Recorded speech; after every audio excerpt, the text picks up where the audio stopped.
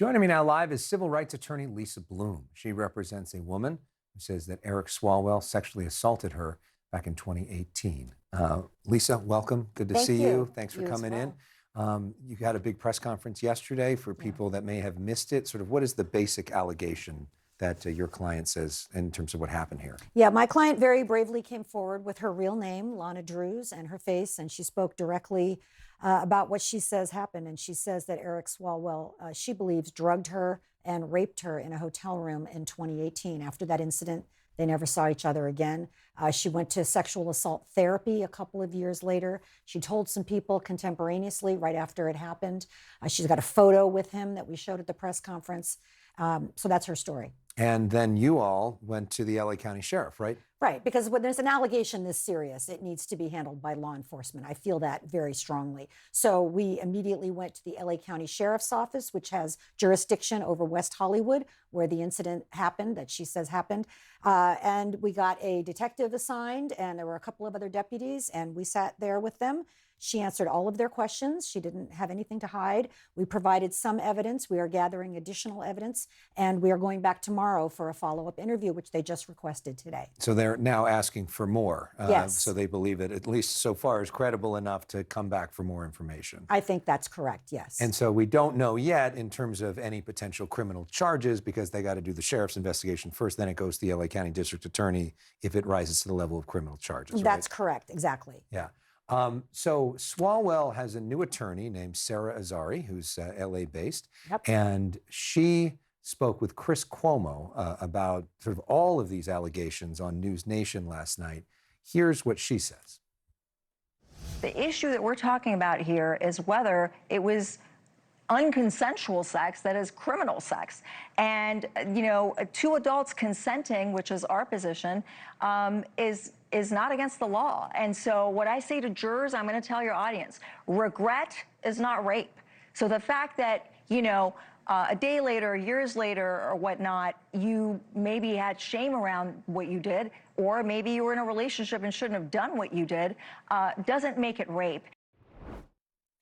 Your response to that? Wow. Okay. So the problem she has is her client has already spoken out before she came into the picture. And let's talk about what he said. I'm not perfect. I'm not a saint. This is between my wife and me. And then he said, you know, I have made mistakes in judgment without elaborating what they were.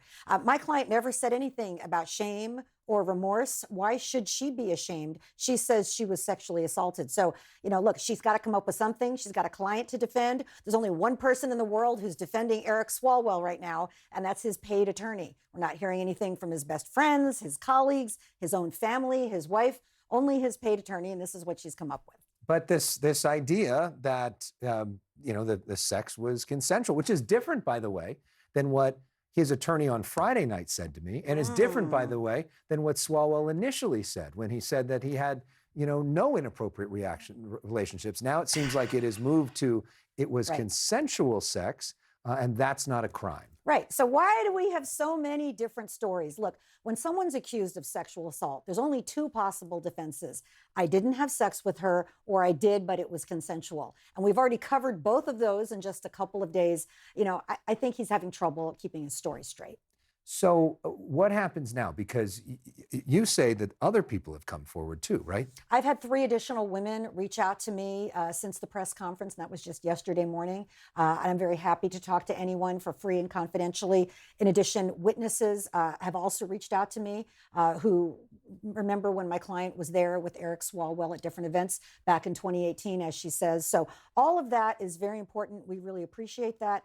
I really see a groundswell. My client's also gotten hundreds of messages on social media that mean the world to her, thanking her for her courage. So these other accusers, they similar stories?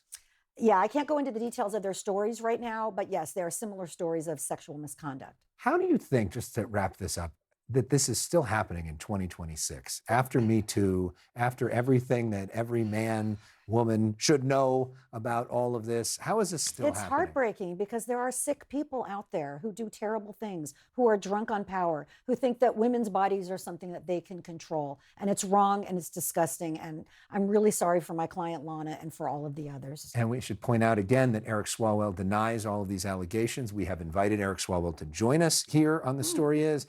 We've also invited Sarah Azari to join us here on The Story Is. Both of them so far have declined our invitations, but we hope that they will talk with us soon.